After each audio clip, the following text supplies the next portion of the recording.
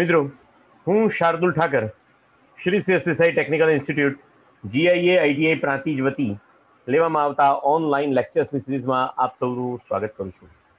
મિત્રો, આજે હું તમને બધાને બીજા સેમેસ્ટરની અંદર આવકારું છું.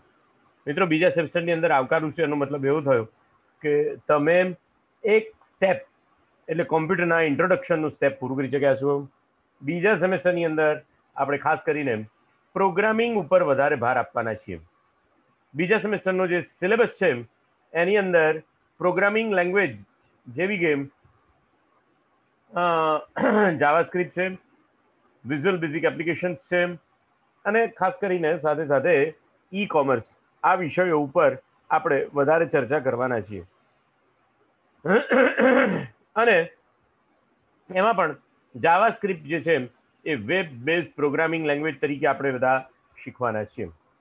કોઈ પણ પ્રોગ્રામિંગ લેંગ્વેજ શીખવી હોય મિત્રો, તો એનો સૌથી મોટામાં મોટો પાયાનો જે કન્સેપ્ટ છે, પાયાનો જે વિચાર છે, એને પ્રોબ્લેમ સોલ્વિંગ મેથડ્સ એમ કહેવામાં આવે છે મિત્રો. અને આ પ્રોબ્લેમ સોલ્વિંગ મેથડ્સ, પ્રોબ્લેમ એટલે અહીંયા પ્રોબ્લેમ એટલે કોઈ મુશ્કેલી નથી. પ્રોબ્લેમ એટલે જે ઔદ્યોગિક એકમ માટે તમે કામ કરો છો, એ ઔદ્યોગિક એકમ માટે અથવા તો કોઈ પણ એકમ માટે તમે જે કામ કરો છો એના માટે કોઈ ઉદ્દેશ્યને પૂરો કરવો, કોમ્પ્યુટરના માધ્યમ દ્વારા કોઈ પણ ઉદ્દેશ્ય સુધી પહોંચવું, એને આપણે આપણો પ્રોબ્લેમ કહીએ છીએ. અને પ્રોબ્લેમ સોલ્વિંગની દિશામાં તમે કેવી રીતે કામ કરો છો અથવા તો તમારે કેવી રીતે કામ કરવું જોઈએ, એને પ્રોબ્લેમ સોલ્વિંગ મેથડ્સ એમ કહેવામાં આવે છે. અને કોઈ પણ લેંગ્વેજ તમે શીખશો તો પ્રોબ્લેમ સોલ્વિંગ મેથડ્સ જે અત્યારે હાલ જે માર્કેટની અંદર અવેલેબલ છે, એ પ્રોગ્રામિંગની જે બે મેથડ્સ છે, એક top down approach. Top down approach એટલે જે તમે વિધાનો લખ્યા છે તે વિધાનોનો શરૂઆતથી અંત સુધી એનો અમલ કરતા જાઓ.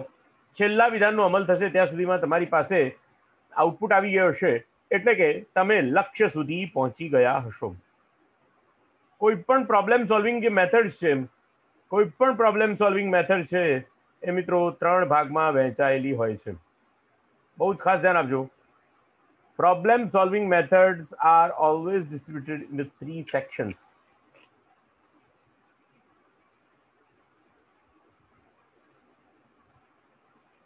Problem solving methods.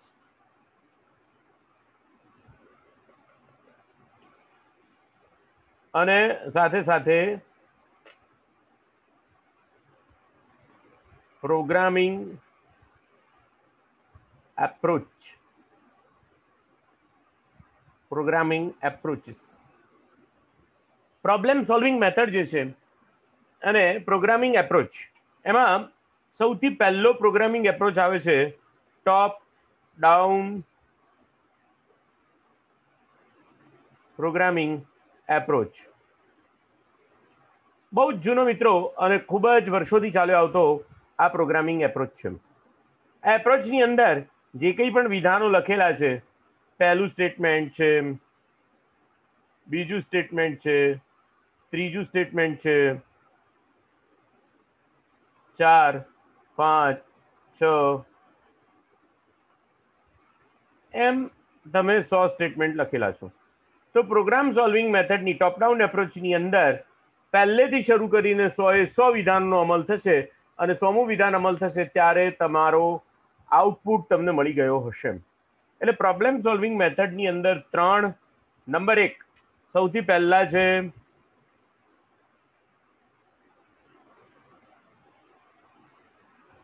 પ્રોબ્લેમની ડેફિનેશન. બહુ જ ક્લિયર કટ, સ્પષ્ટ રજૂઆત, તમારા જે હેતુ સુધી પહોંચવાનું છે એના માટેની સ્પષ્ટ રજૂઆત.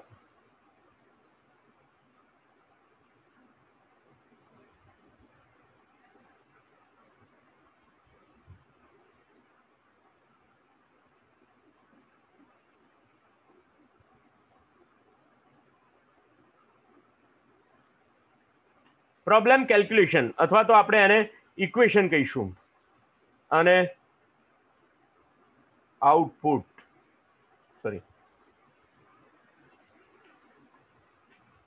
એટલે આને જો કહીએ તો પ્રોબ્લેમ ડેફિનેશન એ ઇનપુટ છે, પ્રોબ્લેમનું કેલ્ક્યુલેશન અથવા ઇક્વેશન જે છે તે પ્રોસેસિંગ છે, અને આ જે છે તે આઉટપુટ છે એ સોલ્વ એ પેપર પર પણ હોઈ શકે અને સોફ્ટ કોપીમાં પણ હોઈ શકે. ઇનપુટ છે, પ્રોસેસિંગ છે અને આઉટપુટ છે. આ જે છે એ ત્રણ પ્રક્રિયાઓમાંથી પસાર થવું પડે છે.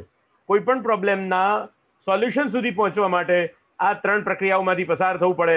એક, તમારે જોવું પડે તમારી પાસે શું ઇનપુટ છે. નંબર 2, તમારે કયા આઉટપુટ સુધી પહોંચવાનું છે, અને એ ઇનપુટથી આઉટપુટ સુધી પહોંચવા માટે કઈ પ્રક્રિયામાંથી પસાર થવાનું છે એ તમારે નક્કી કરવું પડે, અને તો જ તમે તમારા પ્રોબ્લેમનું સોલ્યુશન મેળવી શકો. તો અત્યાર સુધી જે પ્રોગ્રામિંગ લેંગ્વેજ લખાતી હતી અથવા પ્રોગ્રામિંગ લેંગ્વેજમાં કામ થતું હતું, સપોઝ કે સી કહો, તમે કોબોલ કહો, કોમન બિઝનેસ ઓરિએન્ટેડ લેંગ્વેજ કહો, ફોર્ટ્રાન કહો, પાસ્કલ કહો, આ બધી જ લેંગ્વેજીસ એવી લેંગ્વેજ છે જેમાં ટોપ ડાઉન એપ્રોચથી કામ કરવામાં આવતું હતું. તો આ બધી ટોપ ડાઉન એપ્રોચિંગ લેંગ્વેજ માટે પ્રોબ્લેમ સોલ્વિંગની જે બે મેથડ્સ છે એ કામ લાગે છે. એકને કહેવામાં આવે છે અલ્ગોરિધમ, અને બીજી મેથડ છે એને કહેવામાં આવે છે ફ્લો ચાર્ટ.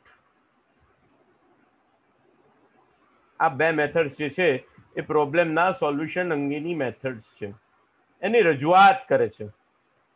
અહીંયા શાબ્દિક રજૂઆત છે પ્રોબ્લેમના સોલ્યુશનની,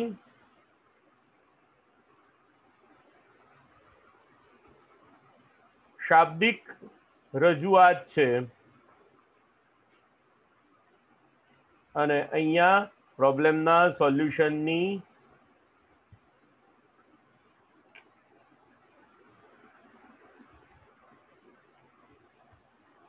એને અંગ્રેજીમાં જ કહીએ આપણે સિમ્બોલિક રિપ્રેઝન્ટેશન છે.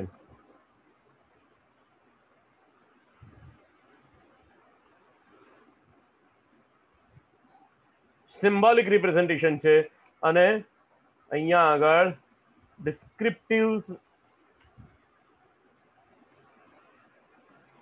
ડિસ્ક્રિપ્ટિવ રિપ્રેઝન્ટેશન છે.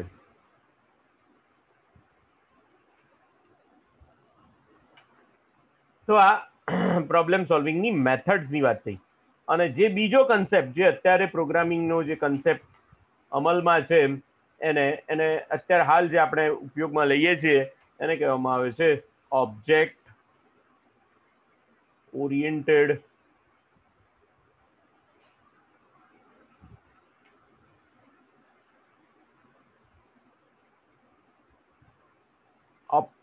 ઓરિએન્ટેડ પ્રોગ્રામિંગ એપ્રોચ, જેને UPS કહેવામાં આવે છે. OOPS, UPS, object oriented programming approach, અને UPS કહેવામાં આવે છે.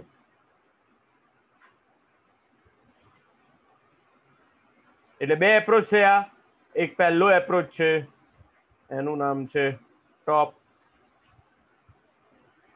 ડાઉન એપ્રોચ, અને બીજો છે object oriented programming approach. Top down approach માટે અલ્ગોરિધમ અને ફ્લો ચાર્ટ, અને ઓબ્જેક્ટ ઓરિએન્ટેડ એપ્રોચ માટે પણ અલ્ગોરિધમ અને ફ્લો ચાર્ટ જે છે એ તમને મદદરૂપ બને છે. તો આપણે આ બંને એપ્રોચ વિશે આજે આપણે જોઈશું, એના એક્ઝામ્પલ પણ જોઈશું, અને કેવી રીતે કામ કરે છે એની પણ સાથે વાત કરીશું. Algorithm and flowcharts, a typical programming task can be divided into two phases: problem solving phase and implementation phase. કોઈ પણ ટાસ્ક જે છે એને બે ભાગમાં વહેંચવામાં આવે, એક પ્રોબ્લેમ સોલ્વિંગ ફેઝ અને બીજું ઇમ્પ્લિમેન્ટેશન, લાગુ કરવાનું કાર્ય. કોઈ પણ સોલ્યુશન જે છે એને અમલી તો બનાવવું પડે, અમલી બનાવ્યા વગર ચાલે નહીં. અને બીજું પ્રોબ્લેમ સોલ્વિંગ ફેઝ, પ્રોબ્લેમના સોલ્યુશનનું ફેઝ. પ્રોબ્લેમના સોલ્યુશનનું phase. Produce an ordered sequence to step that describe solution of the problem, and this is a sequence of steps that calling the algorithm. એવા સ્ટેપ્સ બનાવવામાં આવે કે જેનાથી તમે પ્રોબ્લેમનું સોલ્યુશન પ્રાપ્ત કરી શકો. અને આ જે સ્ટેપ્સ છે એની રજૂઆત જો લેખિત સ્વરૂપે અથવા તો વર્ણનાત્મક સ્વરૂપે કરવામાં આવતી હોય તો એને અલ્ગોરિધમ કહેવામાં આવે છે. And the implementation the date program in some programming language. અને આ જે અલ્ગોરિધમ છે એને તમને જે અનુકૂળ આવતી હોય તે ભાષાનો ઉપયોગ કરીને, તે કોમ્પ્યુટરની લેંગ્વેજનો ઉપયોગ કરીને તમે એના વિધાનો લખો. એને ઇમ્પ્લિમેન્ટેશન ફેઝ કહેવામાં આવે છે. Step in problem solving method. First, produce a general algorithm. One can use pseudo code કહેવામાં આવશે.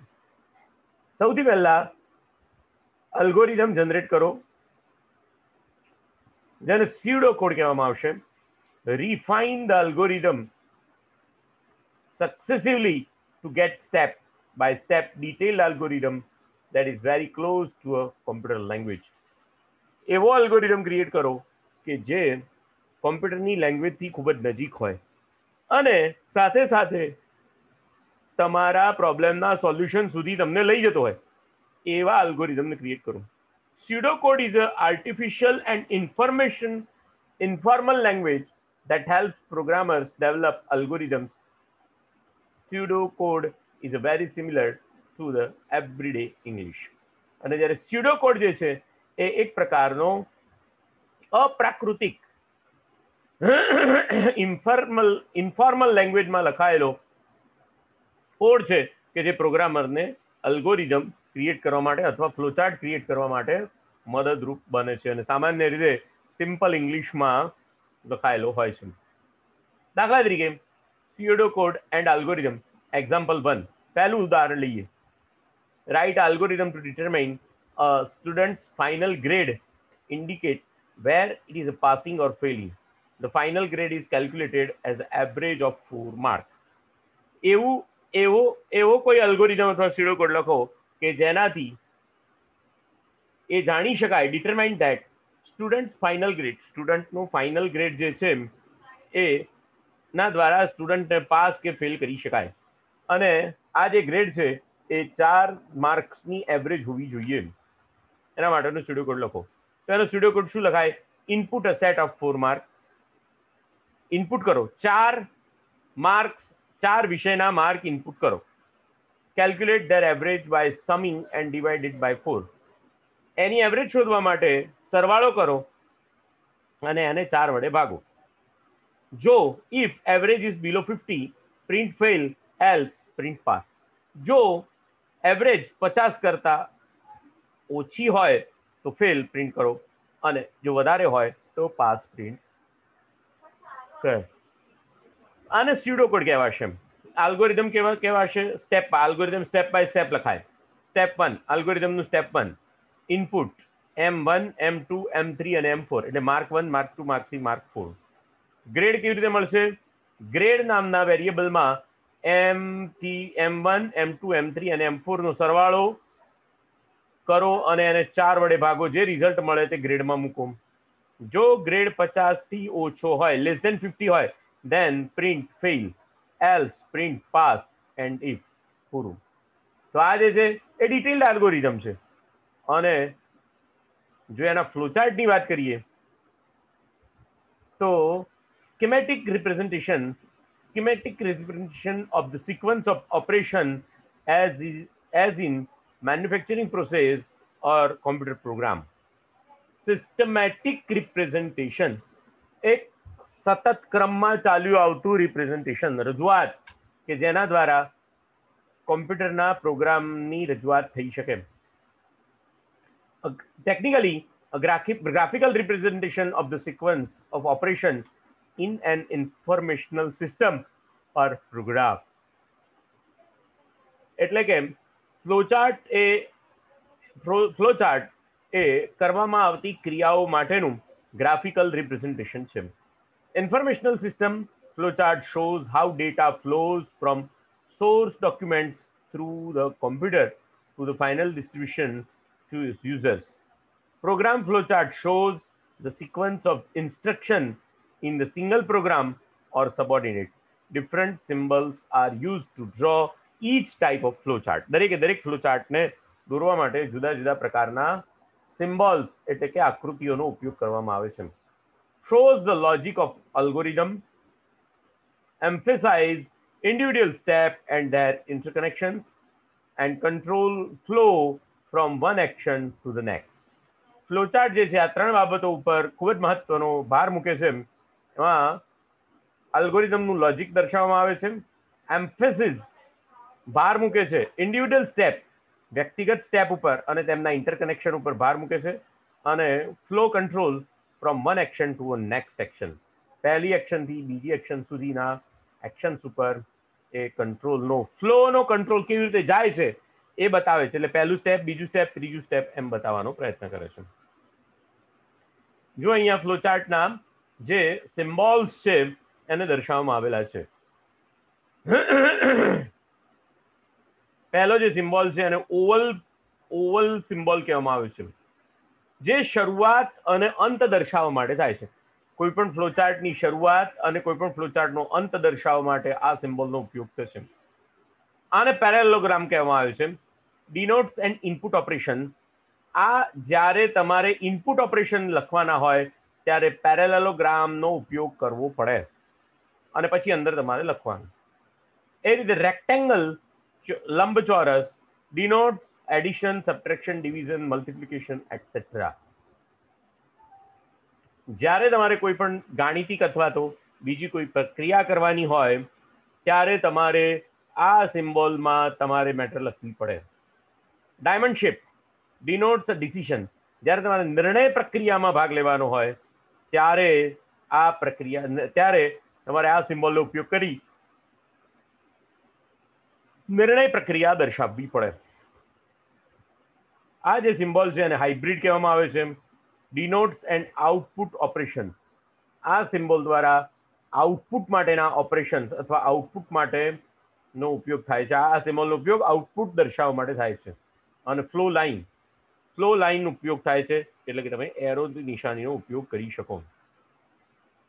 એ જ રીતે અહીંયા મિત્રો થોડાક બીજા ફ્લોચાર્ટના સિમ્બોલ્સ અહીંયા તમને દર્શાવવા પ્રયત્ન કરું છું કે જેની અંદર એરો, જો અહીંયા આ રીતની નિશાની હોય તો સિમ્બોલ કોમ્યુનિકેશન લિંક આપવામાં આવેલી છે.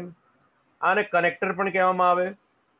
આ જે છે તે સિમ્બોલ ઓફ ઓફલાઈન કનેક્ટર, આને ઓફલાઈન કનેક્ટર કહેવામાં આવે છે. આ પ્રોસેસ સિમ્બોલ છે, જોઈ લીધું. મેન્યુઅલ પ્રોસેસનો સિમ્બોલ છે. આ જે સુપડાના જેવી આકૃતિ છે એને મેન્યુઅલ ઓપરેશનનો સિમ્બોલ કહેવામાં આવે છે. આ જે છે તે ડિસિઝન મેકિંગ છે, અને આ સિમ્બોલ જે છે તે પ્રેપરેશન એટલે પ્રક્રિયા કરવા માટેની જે તૈયારી છે પૂર્વ તૈયારી દર્શાવવા માટે આ સિમ્બોલનો ઉપયોગ થાય છે. અને આ સિમ્બોલનો ઉપયોગ ટર્મિનેટર તરીકે કરવામાં આવે છે. એ જ રીતે આ સિમ્બોલનો ઉપયોગ કીઈંગ ઓપરેશન એટલે કે ઇનપુટ માટે કરવામાં, આઉટપુટ માટે કરવામાં, પ્રક્રિયા માટે કરવામાં આવે છે. આ સિમ્બોલનો ઉપયોગ ઓફલાઈન સ્ટોરેજ માટે કરવામાં આવે છે, એટલે કે પેન ડ્રાઈવ છે, સીડી ડ્રાઈવ છે. અને આ સિમ્બોલનો ઉપયોગ મેન્યુઅલ ઇનપુટ માટે કરવામાં આવે છે. મેન્યુઅલ ઇનપુટ માટે આ સિમ્બોલનો ઉપયોગ કરવામાં આવે છે. એ રીતે આ સિમ્બોલનો ઉપયોગ આઉટપુટ અથવા ઇનપુટ માટે કરવામાં આવે. આ સિમ્બોલનો ઉપયોગ પંચ કાર્ડ માટે અથવા તો મેમરી કાર્ડ માટે કરવામાં આવે. આ સિમ્બોલનો ઉપયોગ મેગ્નેટિક ટેપ માટે કરવામાં આવે. અને આ સિમ્બોલનો ઉપયોગ હાર્ડ ડિસ્કના સ્ટોરેજ ઉપર ડિવાઇસ ડ્રાઈવ એટલે કે તમારે ડેટા હાર્ડ ડિસ્ક ઉપર સ્ટોર કરવાનો હોય તો આ રીતના સિમ્બોલનો ઉપયોગ કરવામાં આવે છે. આ સિમ્બોલ છે મિત્રો એ ડોક્યુમેન્ટ પર્પઝથી એટલે કે પીડીએફ ફાઇલ બનાવો, વર્ડની ફાઇલ બનાવો તો એના પર્પઝથી ઉપયોગમાં આવે છે. અને આ સિમ્બોલ આઉટપુટ માટે એટલે કે ડિસ્પ્લે કરવા માટે, ડેટાને ડિસ્પ્લે કરવા માટે ઉપયોગમાં લેવામાં આવે છે. તો આ રીતે આટલા સિમ્બોલ ઉપયોગમાં લઈ શકાય છે.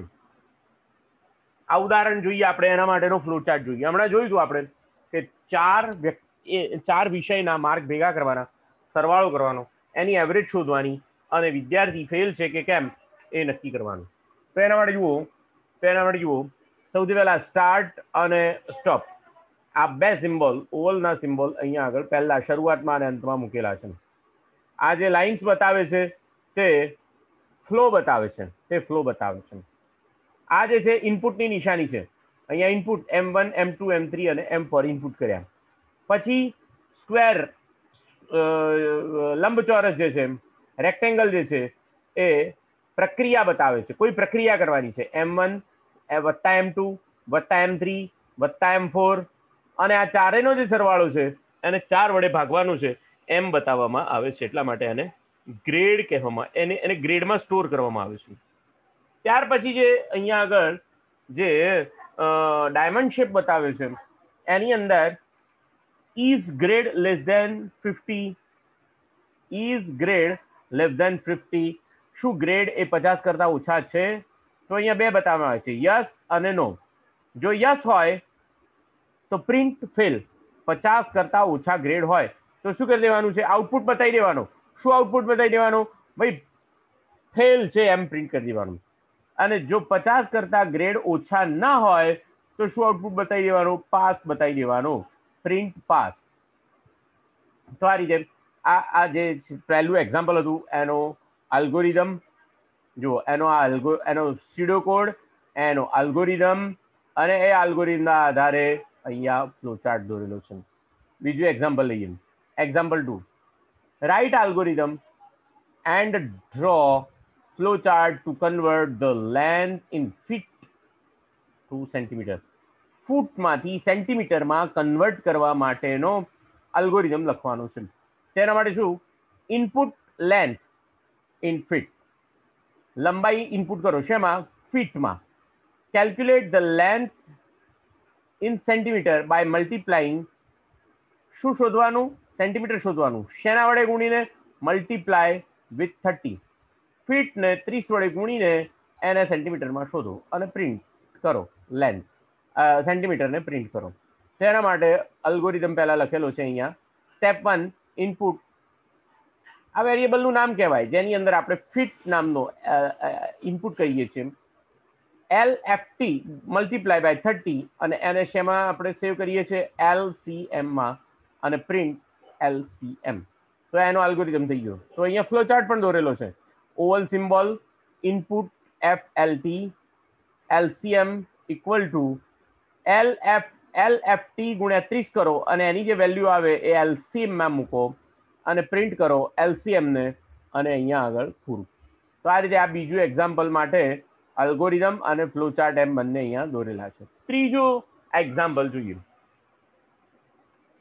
Write an algorithm to draw a flow chart that will read two sides of rectangle and calculates the area. બે બાજુનો ચોરસની બે બાજુનું માપ આપવાનું અને એનો ક્ષેત્રફળ શોધવા માટેનો અલ્ગોરિધમ છે. Input width and length of rectangle, લંબચોરસની લંબાઈ અને પહોળાઈ ઇનપુટ કરો. Calculate the area A by multiplying L with W. L ને W વડે ગુણીને એનો એરિયા નક્કી કરો અને એરિયાને પ્રિન્ટ કરો. બહુ સિમ્પલ છે. એનો સ્યુડો કોડ એકદમ સિમ્પલ છે. જો અહીંયા અલ્ગોરિધમ લખ્યું. ઇનપુટ વિડ્થ, ઇનપુટ L, એ L અને W ની કિંમતનો ગુણાકાર કરો અને એને A માં મૂકો અને A ને પ્રિન્ટ કરો. બહુ સિમ્પલ. જે રીતે સ્ટાર્ટ લખવું જ પડે, આ તો લખવું જ પડે. સ્ટાર્ટ અને સ્ટોપ તો લખવું જ પડે, નહીતર ચાલે નહીં. સ્ટાર્ટ, ઇનપુટ W અને L, L અને W ની કિંમતનો ગુણાકાર કરી અને A માં મૂકો, A ને પ્રિન્ટ કરો, પૂરું. ચોથું એક્ઝામ્પલ લીધેલું છે.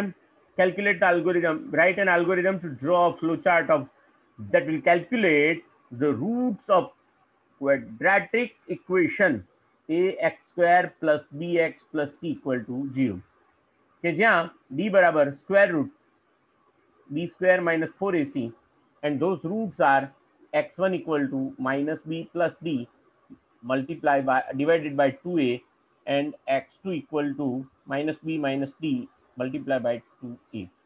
હવે જો તમે આ જે ઇક્વેશન અથવા તો અહીંયા જે એક્ઝામ્પલ આપ્યું છે એને જો તમે સાયન્સના વિદ્યાર્થી ના હો તો તમને ખ્યાલ આવે નહીં, અથવા તમને ગણિતમાં રુચિ ના હોય તો તમને આમાં ખ્યાલ આવે નહીં. પણ તમે એલ્ગોરિધમ અથવા ફ્લોચાર્ટ જોશો તો તમને તરત જ બહુ સિમ્પલ ખબર પડી જશે. Input coefficients A, B and C of the quadratic equation. Calculate D, calculate x1, calculate x2, print x1 and x2. આ એનો સીધો કોડ થયો. અહીંયા જુઓ, સ્ટેપ 1, ઇનપુટ A, B અને C, ત્રણ ક્વોડ્રેટિક, ત્રણ તમે શું ઇનપુટ કર્યા? કોએફિશિયન્ટ્સ ઇનપુટ કર્યા. સ્ટેપ 2, સ્ક્વેર રૂટ નામનું ફંક્શન છે. કોઈ એક ફંક્શન છે એવું કે જેનાથી આપણને સ્ક્વેર રૂટ મળે છે, વર્ગમૂળ મળે છે. બી ગુણ્યા ડી -4 ગુણ્યા A ગુણ્યા C. એને ડીમાં મૂકો. આ કિંમતને શેમાં મૂકવાની? ડીમાં મૂકવાની. -b + d ડિવાઇડેડ બાય બીજા કૌંસમાં A 2 × A. આ કિંમતને x1 માં મૂકો. એ જ રીતે -b - d ભાગ્યા x2 × A. આ કિંમતને x2 માં મૂકો અને x1 અને x2 ને પ્રિન્ટ કરો. એ જ વસ્તુ અહીંયા અલ્ગોરિધમમાં ફ્લોચાર્ટમાં બતાવેલી છે. Start, stop, input ABC, SQRT, B × B -4 × A × C that puts in D x1 equal to -b + d divided by 2 by A, 2 × A. That's way x2 place some value. Which value? -b - d divided by 2 × A. This value has to be put in x2 and print x1 and x2. તો આ રીતે coefficient ને input કરાવીને quadratic equation તમે શોધી શકો છો. એ રીતે ડિસિઝન સ્ટ્રક્ચરની વાત કરીએ. ડિસિઝન સ્ટ્રક્ચર એટલે નિર્ણયાત્મક સ્ટ્રક્ચર કઈ રીતે કામ કરે છે એની પણ વાત કરીશું. The expression A > B is a logical expression. A B કરતા મોટો છે એ તાર્કિક પ્રક્રિયા છે, તાર્કિક એક્સપ્રેશન છે. It describes a condition we want to test. એ એમ બતાવે છે કે આપણે કઈ કન્ડિશનને ચેક કરવા માંગીએ છીએ. If A > B is true, જો A B કરતા મોટો છે એ બાબત જો સાચી હોય તો A is > B, we take action on left. જો આ નક્કી કરી દઈએ A કરતા B મોટો છે તો કોઈ એક્શન ઉપર કાર્ય કરીએ અથવા તો કોઈ કાર્ય કરીએ. Print the value of A. A ની કિંમત પ્રિન્ટ કરીએ. A > B is false, then we take some action on right. That action is print value B. એટલે જો A B કરતા મોટો છે એમ ખોટું હોય તો ઓટોમેટિક B મોટો થઈ જાય છે, તો આપણે B ને પ્રિન્ટ કરીએ છીએ. તો આ વસ્તુને અહીંયા આગળ ડિસિઝન સ્ટ્રક્ચર તરીકે શું બતાવે છે? A > B ઇઝ, જો યસ હોય તો એને પ્રિન્ટ કરો એટલે મોટા મોટી સંખ્યા એ છે, અને A > B ના હોય તો B ને પ્રિન્ટ કરો કારણ કે B મોટા મોટી બને છે. એટલે અહીંયા ક્યાંક સ્ટાર્ટ અને એન્ડ અહીંયા હોવું જોઈએ.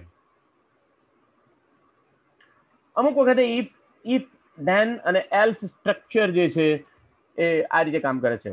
ઇફ એટલે જો આમ હોય અથવા કન્ડિશન સાચી પડે તો કોઈ એક ક્રિયા, કન્ડિશન ખોટી પડે તો કોઈ એક ક્રિયા, એટલે કે જો ના હોય તો. ઇફ એલ્સ, એલ્સ એટલે જો એમ ન હોય તો. તો આ રીતે ઇફ અને એલ્સમાં ઇફ પછી ટ્રુ કન્ડિશન હોય, ટ્રુ ઓલ્ટરનેટિવ હોય તો જ તમારી ટ્રુ પાર્ટ એક્ઝિક્યુટ થશે, અને એલ્સમાં ઇફની કન્ડિશન ખોટી હોય એ સંજોગોમાં એલ્સ પાર્ટ એક્ઝિક્યુટ થશે. કેટલા પ્રકારના ઓપરેશન તમને અહીંયા મળે છે? Greater than, less than, equal to, greater than or equal to, less than equal to, and not equal to. આટલા ઓપરેશન તમે અહીંયા આગળ લોજિકલ ઓપરેશન તરીકે તમે, રિલેશનલ ઓપરેટર્સ તરીકે તમે એને પરફોર્મ કરી શકો છો. એક અલ્ગોરિધમ લખીએ. Write an algorithm that reads two values, determine largest value, prints the largest value with the identifying message. Input value 1, value 2. Value 1 is greater than value 2, then max equal to value 1, else max equal to value 2 and if અને print the largest value is max 1 અથવા તો max. જો અહીંયાનો flowchart બતાવે છે, બહુ simple flowchart છે. Start input value 1 value 2 value 1 greater than value 2 yes then max is value 1 value 1 greater than value 2 no ના એવું નથી તો max ની અંદર value 2 ને સ્ટોર કરો અને પ્રિન્ટ કરો કોને the largest value is આ મેસેજ છે અને સાથે સાથે વેરિયેબલ max નામના વેરિયેબલની કિંમતને પણ પ્રિન્ટ કરો.